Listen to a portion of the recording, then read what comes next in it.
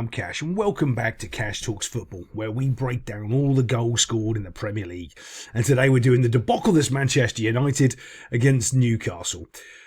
Yeah, I don't know where to start with this. God, there's so much to talk about how bad Man United are. I was listening to a little bit of that Goldenstein and Steinem bridge on the United stand, and he was making a point, and he doesn't realise the sort of ramifications of the point he was making. Most of it, I'll be putting it in my coaching course part 2 because it is all ingrained into the same sort of idea system that I've been talking about for over 25 years now, when they started implementing certain things in academies. And then what he was saying was, well, these players can't play football. What they can do is they play 4-3-3 or they play a blah, blah, blah. But if you take them out and you try to ask them to do something different, they can't actually do it. Well, he is right in some sort of respects there, and that goes back to, if you look at my coaching course part 1, where I'm trying to explain the difference between making masterpiece actual painters or people that do paint by number coaching. And a lot of the coaches nowadays are paint by number coaches, and what I mean by that is they can only play this way, and they can't identify or get someone's skill set and move it here to here to make a thing happen. They cannot do it, and the players also cannot do it. And everyone thinks that these coaches or something have this wonderful sort of knowledge. They don't. Unless it is the exact system with the players that they need, they cannot coach it. Now, if I was him and I was coming into this situation, I probably wouldn't be doing what he's doing, but that's a completely different story about how bad this is. Now, one of the main problems that he has is you can't have two geriatrics in what's his face and Doodle thing, Christian Eriksen and Casemiro in centre midfield, because they're just too slow. And I'm going to show you an example of Christian Eriksen being just too slow in a second. And I've been there when you used to be such a good footballer with such, didn't matter. But then all of a sudden your legs are gone. And it doesn't mean that you can't run. It doesn't mean you can't do this. But I'm going to show you the static leg movement. I'm going to show you that in a second on him. But right now we're going to watch the build-up for this goal. So we're looking at a little bit of combination play here in midfield, right? But there's no pressure on the ball. Look at where these guys are. In this little pocket here, right? There isn't a single Manchester United midfielder in the midfield zone. They're off on the side here, and they're off on the side here. Now, when I go on to my coaching course part 2, I'm going to explain a lot more about this and the reason why people coach a 4-3-3 or 4-3-4-3 is because what they end up having is extra players out wide, so they don't have to coach the players. So what that means is you can have an overload of 3 players out wide at all time, 1, 2, 3, or in the middle you can have your 2 centre backs and you can have 1, 2, 3, or out wide again, you'll have 1, 2, 3. So you've always got numbers. When you're trying to play a system with 5 at the back or this, I don't know what sort of, whatever he's doing, it will not work because the players now need to be responsible without any cover.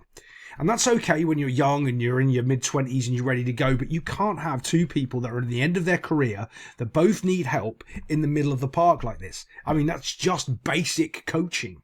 You need that, who's that kiddie that plays for United who came on? But I played for England, you know the one. That's who you need in there because he's got a bit of legs and he can cover for these 2. Because all of a sudden, when the ball movement starts going, they cannot get anywhere near this ball, right? So watch this little part out here. Bomb as it goes there. Look, again, you've got 1, 2, 3, 4 off to the races. No pressure on the ball because he knows he can't get there. He knows if he starts stepping towards that ball, by the way, he needs to. That's exactly what he has to do.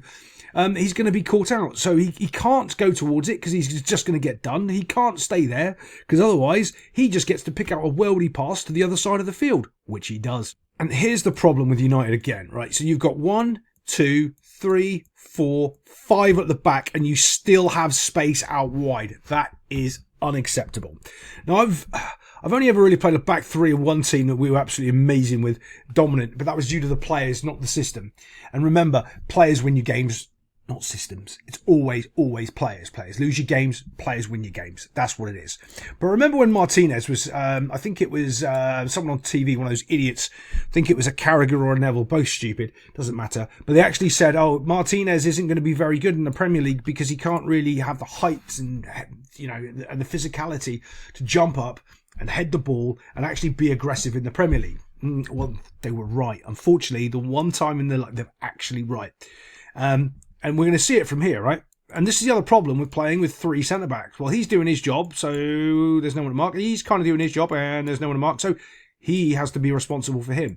Now, here's the problem. What he'll do is say, well, no, he's moving towards his zone, so now he's responsible for it. Well, I don't know if I'm responsible for it or not. And that's where it all starts to break down. Who's actually responsible? Well, you know afterwards, but at the time, they don't. And that's a big problem. Now, there's no one close enough as well to stop this cross. When this cross comes in, it does take a little deflection, okay? It's not the greatest cross, and it does take a bit of a deflection that goes across. But even still, you can't have 5 at the back and have a winger out here with loads of space. It just isn't right. But yeah, they managed to do it. He gets to take the ball out of the air for free. For free. Now remember, we were just highlighted these two a second ago. Look at the separation. Look, because he hasn't started moving because he thinks it's his responsibility to the head of the ball. And quite frankly, it probably is, because out of the team, Harry Maguire probably is the best header of the ball that United have from defending crosses. So he probably should be, dealing with it. But also, I want you to think about the keeper movement and watch, does he anticipate this in any way? Does he think he can come out and get it? Or does he just stand there on his line? And those are the sort of questions you have to look at. Not just focus on the ball and the goal scorer, the other players around. All right, are we actually doing anything else right? Because even though this is the goal scored because of these mistakes, would it have happened anyway because there's other mistakes that we are creating anyway? For instance, the keeper could have come out and caught it, the pressure out here, anything else. So when this ball comes across, boom, look at the space. Now I'm going to tell you again, when you've got the 3 at the back, 1, 2, 3, you always have pockets of space in between them. Always. And that's what's just happened. And there he is, keeper, just stood there, letting it go into the back of the net.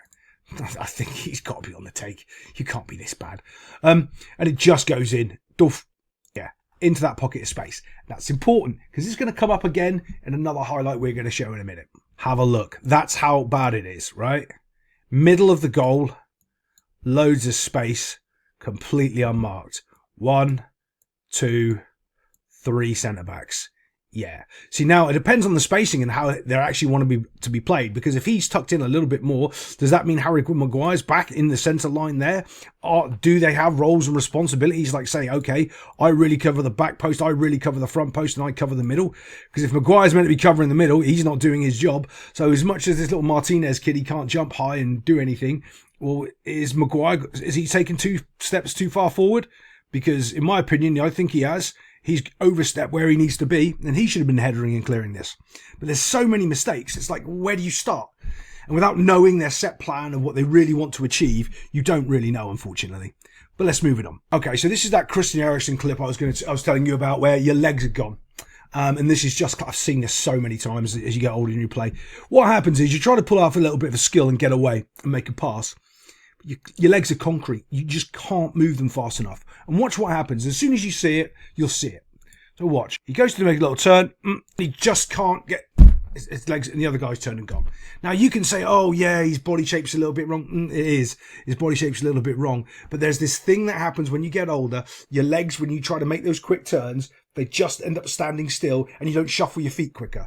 If you've been old like me, you'll know exactly what I'm talking about when it happens. You just go, my feet just didn't seem to work for half a second. Why is that?